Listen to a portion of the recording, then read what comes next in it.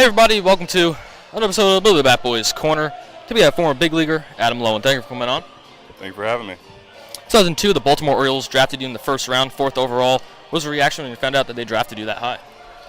I just had a lot of friends and family around, and it was a really long time ago. And I just remember all the support from my family and staying home from school that day so I could listen to it. This is before they had it on TV and everything, so it was just, a dream come true for me. And I was just happy to share it with everybody that I love. 2005, you played in the Arizona Fall League. What was your experience like playing with some of the biggest prospects in the game?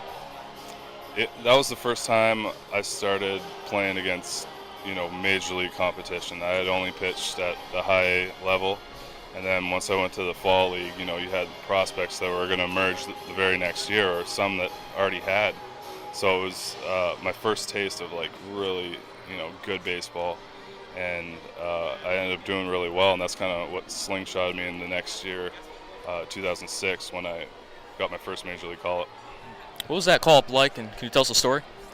I was in Altoona, Pennsylvania.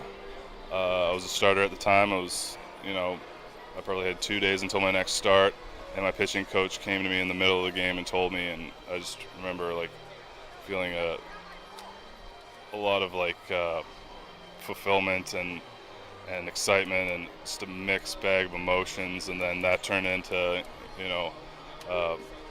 fear and anxiety, and then I had to get 60 tickets for my friends and family because it was in Seattle, and it was a 2-hour drive, so they all came down. So it was there was a lot of mixed emotions, but once I got on the mound that night, it was just a lot of fun. Who was your first major league strikeout, and what was it like getting it? The first hitter I faced was Richie Sexton, and I threw a ball about an inch off the plate inside. It wasn't a strike, but the umpire gave it to me, and then kind of breathe a sigh of relief getting that first out and moving on to the next hitter. During your career, you transitioned from a pitcher to a position player due to an arm injury, and you were later able to pitch again. Can you take us through that whole experience? In 2007, I had a stress fracture in my elbow, and I ended up rehabbing it, coming back the next year, and I did it again. So the doctors really didn't know what to do at that point, because I already had a surgery in 2007, 2008. They really were undecided of what to do because it was a new injury at the time for a pitcher my age. So I had it in the back of my head that I wanted to start hitting if I ever was told I couldn't pitch again, and that's what they told me. So I continued hitting for 5 years, made it up in 2011 with the Blue Jays as a outfielder / first base. And after that 5 years passed, I didn't have a job, and my arm felt pretty good. I had 5 years off not throwing on the mound, so I decided to get back on the mound and throw for some teams, and didn't throw very well for the first 5 teams I threw for, and then I threw for the Phillies and pitched really well, and they decided to sign me, and ended up making back with them, and then the Diamondbacks in 15 and 16. Well, you later recorded your first MLB hit off of Daniel Bard. How special was it for you to record your first big league hit after all that?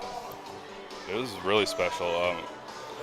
Having the first call-up as a position player was a lot different than a pitcher because there's not as much pressure on you, so I could kind of relax and enjoy it.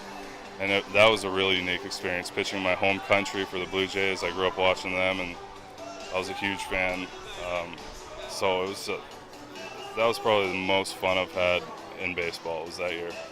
Currently, you are with the independent New Britain Bees. What are you doing to try to get back to affiliated ball?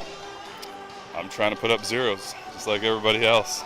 And really here, it's about winning and having fun. And there's nothing else. There's no development and all the hoopla that goes along with affiliated baseball. So it's been really refreshing and kind of rejuvenated my love for the game. Last question, what advice would you give to a younger player? If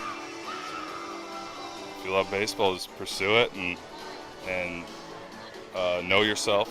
Know when coaches are coming at you with too much stuff. Try to pick the stuff that works for you and stick with that.